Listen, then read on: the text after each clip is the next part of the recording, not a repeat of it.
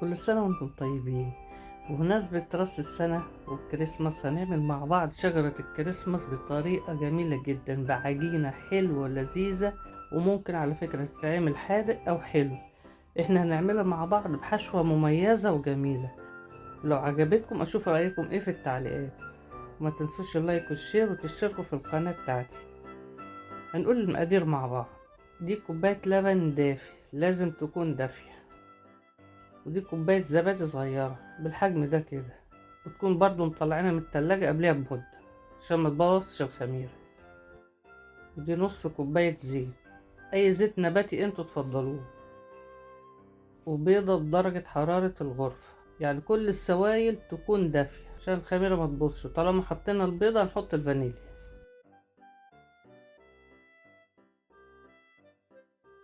وهنحط معاها معلقتين سكر. هنخلط المواد السائلة الأول مع بعض لغاية ما يندمجوا، وبعد كده نحط الدقيق.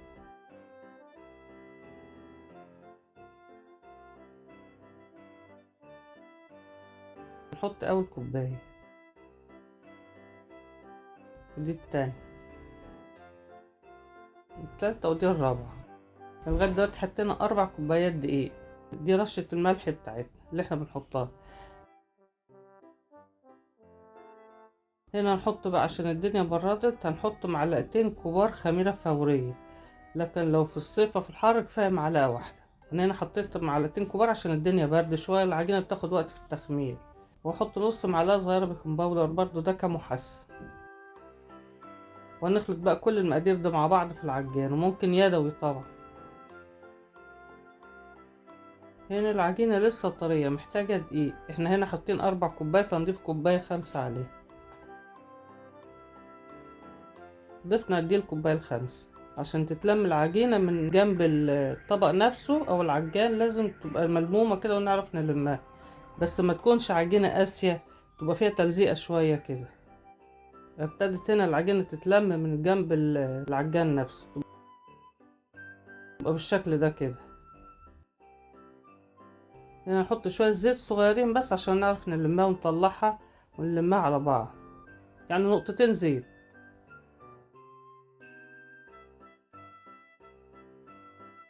هتبقى بالقوام ده كده، يعني حتى لما بننزلها بتسيب الخطاف نفسه بتاع العجان تبقى بالشكل ده، وبالملمس ده كده ناعمة وتتفرد وطرية، ما تبقاش جامدة او تبقاش قاسية. هنسيبها بقى تخمر. انا هنا سبتها حوالي قعدة ساعتين عشان الدنيا برد شوية. يعني اهم حاجة عشان العجينة تبقى كويسة تسيبوها مدة كبيرة تخمر براحتها. دي الحشوة بقى اللي احنا هنحشيها بيها. بصراحة دي من احب الحشوات اللي انا بحبها. 2 بطاطس كبيرة سلقتهم بمية وملح، وهرستهم مع حتة الزبدة، وهنحط عليها علبة تونة مصفية انا من الزيت بتاعها، وعليها بصل اخضر. بصل طبعا مديها طعم جميل. ومع التونة بنحط شوية شبت. الشبت مع التونة بيدي طعم جميل جدا من البطاطس. وهنقلب كل الخليط ده مع بعض. يعني هي الحشو لوحدها كده تتاكل حاف، ريحتها في منتهى الجمال وطعمها جميل جدا. نحط عليها شوية جبنة موتزاريلا او جبنة رومي او اي نوع جبنة انتوا تحبوه. انا هنا حطيت جبنة موتزاريلا مع شيدر، او ممكن ما تحطوش اي نوع جبنة، حتى لو من غير جبنة طعمها جميل جدا. وهنا بعد ما سبناها خمرت ساعتين. يعني اهم حاجة عشان العجينة تنجح تدوها فرصتها في التخمير. شايفين شكلها خمرانة حلو، يعني مش قادرة اقول لكم العجينة دي تنفع لأي وصفة. ممكن تعملوها في البيتزات، ممكن تعملوها في العيش الكايزر، ممكن تعملوها في البوريك بالعجوة. عجينة ناجحة وجميلة. هنا هنعجنها ونطلع الهواء منها ونقطعها،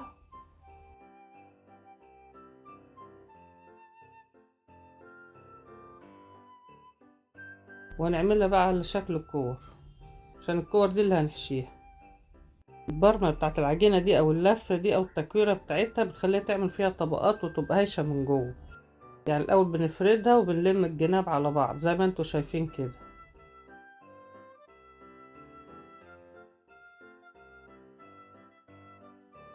هنحط نقطتين زيت بس عشان نفرد عليه العجين. هنجيب بقى اول واحدة احنا عملناها، هنفردها ونحشيها. ودي الحشوة اللي احنا عملناها، بعد ما بردت نعرف نحشي بيها. نقفلها كويس قوي عشان ما تفتحش من تحت والحشوة تطلع، لازم نقفلها كويس قوي.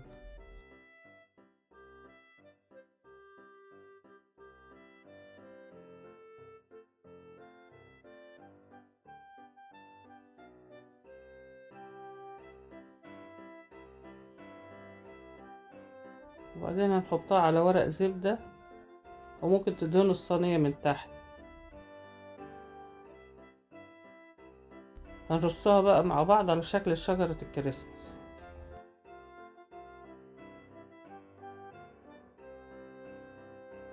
تبقى بالشكل ده كده.